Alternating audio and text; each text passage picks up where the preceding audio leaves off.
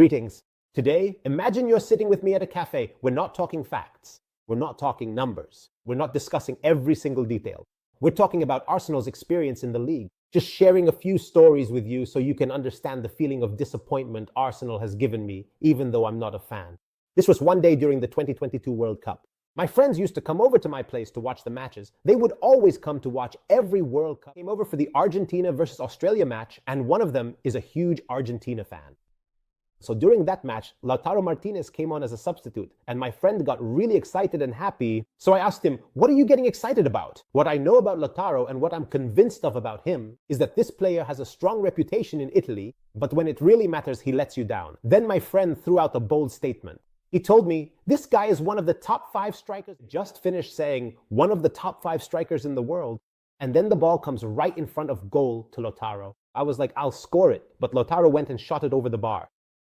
So my friend freaked out and had this hilarious reaction at the time saying, he embarrassed me in front of everyone. Who knows what he did with that chance? And that's exactly what Arsenal has done to me now. I was so excited back in November and December saying, the league is decided. Don't waste your time.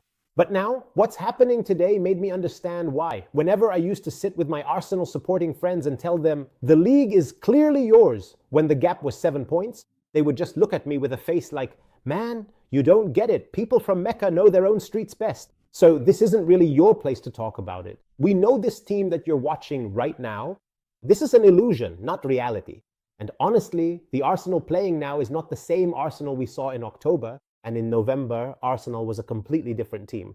Arsenal is cowardly. Arsenal doesn't know how to create chances. Arsenal lacks sharpness. Arsenal lacks consistency and intensity on the pitch. Arsenal tries to be clever just to win. I mean, surely in your life, you've come across that person who always tries to gain something, to benefit from you, to benefit from his job. The one who comes to work at 9 in the morning and has breakfast from 9 to 9:30 at the office instead of having breakfast at home, just to gain that extra half hour. And the one who, when he has a task that should take 5 hours, finishes it in 2 hours regardless of its quality. The important thing is he just wants to get it over with. And the one who, when it comes to studying, always tries to rely on others. This person is always annoying. And I've started to feel like Arteta is that person. You have the quality, so go ahead and wipe the floor with Wolverhampton. We're not saying that Wolverhampton is a club without respect or appreciation. We're talking about the worst club in the Premier League since the new Premier League was established. No club has ever been this disastrous with such results. We're talking about a team that's basically resigned to relegation. It's already given up on staying up. They've completely surrendered to relegation. They didn't even try in the winter transfer window, and you don't hear any news about changes or adjustments. It's just surrender. You let them come back from 2 goals down to draw 2-2 with you. And you get scared when they attack you in the second half, when the team stops caring and just starts playing. You actually get scared of Wolverhampton. What happened yesterday was a disaster. I mean, as soon as Arsenal saw Wolverhampton, they got nervous and lost control of the match. It was completely incomprehensible. This cowardice, this fear, this attitude of, let's just win it. This overly cautious mindset will ruin you and let you down, honestly. And it honestly embarrasses Arsenal fans. I mean, sure, they're still at the top and will remain in the lead by 2 points. And of course, circumstances might work in their favor. I mean, City could unexpectedly lose 2 matches in a row, and then Arsenal can breathe a sigh of relief. But for sure, logically and statistically, Arsenal is no longer the favorite for the title. The favoritism has shifted 100% to Man City. It's enough that if they beat Newcastle, the gap will be just 2 points. And after that, the return match against Arsenal will be at the Etihad Stadium. So logically, this shifts the advantage to Manchester City. There's no reason to say that Arsenal will lose the league. There's no reason, tactically, as a system, they were going through a great period. Defensively, they weren't conceding shots. And offensively, the number of chances they were creating was incredible. It's true they used to score from corners, but they also missed a lot of chances. Now they don't miss chances. And even when they score from corners, they don't know how to hold on to the lead. You feel like the team's desire to win the league is actually their biggest weakness. I mean, if their coach told them our goal is second place, they'd probably play better. As soon as they hear they have to win the league, half of them start making mistakes on the field, and the other half starts overdoing it, trying too hard to be clever and throwing themselves forward, while Wolverhampton is just trying to waste time, with all due respect to Wolverhampton. But this isn't the old Wolverhampton that people used to fear. This is a club that's clinically dead this season, a club that there's no debate will be relegated. And if they somehow stay in the league, Netflix and Amazon would both make documentaries about it because it would be a football miracle for this team to survive. It's impossible for them to stay up. So for you to come and waste all that, no, that's a letdown. God help Arsenal fans. Honestly, thank God I stopped supporting them since the days of Henry and Bergkamp. Back in the days of Henry and Bergkamp, I used to love them, watch them and support them in England. But thank God I left them and Arsene Wenger made me care less about them after he stopped caring about winning trophies. Because if you support them, may God help you. I mean, the physical and mental state of an Arsenal fan is tough. I'm absolutely convinced that employees who support Arsenal see their productivity drop every January because what happens to them is strange and unbelievable, especially after all the money that's been spent and the quality that's been provided. They try to play in a style that doesn't suit this level of quality. I mean, Arsenal is supposed to be playing high-pressing football in every Premier League match. Whether they win or not isn't important. That comes later.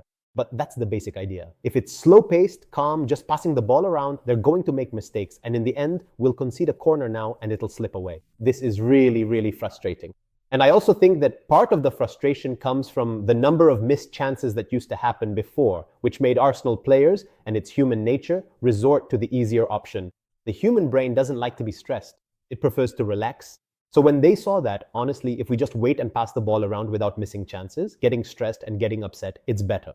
So some players started playing cautiously with a slow, calm rhythm, a cautious rhythm, and just to avoid missing chances. But come on, create chances. Your opponent will get scared, make a mistake, and then you'll score a goal.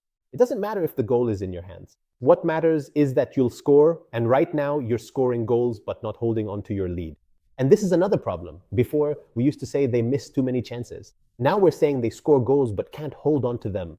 And that's even worse than wasting chances. They're not able to hold on to their lead even against average teams.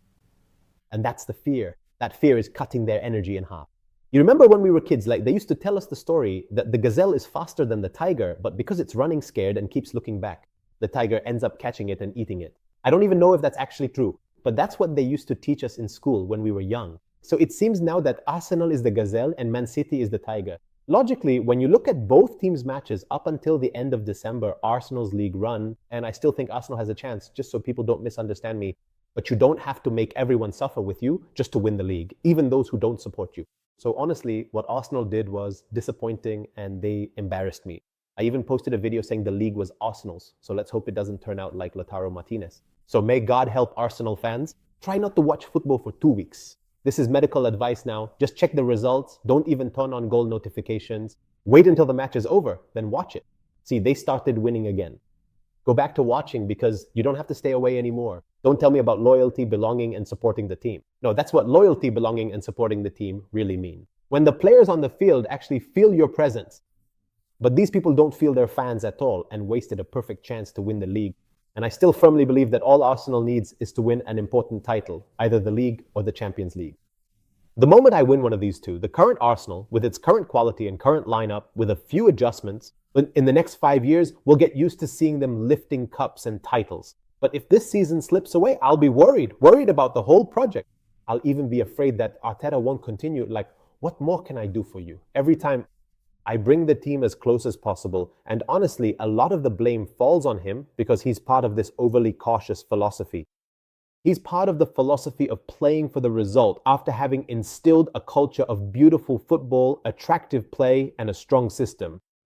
You can't just destroy your team's culture with your own hands, can you? And that's exactly what Arteta did. But honestly, I'm really worried. I'm very worried about the Arsenal project. If he doesn't win the league, even though I'm absolutely convinced that if he continues, even if he loses the league this season, he could win it next season because of the amount of investment and the way the team is being built. But the way he executed things in tough times was wrong. These are the kind of people that if you brought them in for a job interview and asked them, do you know how to work under pressure? They'd just get up and leave. From that moment, they feel the pressure and run away. Half of Arsenal's players are like that. So this personal issue is something they need to address in the next transfer window, regardless of what happens. Even if they win the league this season, there are players who clearly can't handle the pressure. Their performance drops to less than 4 out of 10. Thanks for their efforts, but they should be replaced by players who, even if their quality is a bit lower, their character is stronger.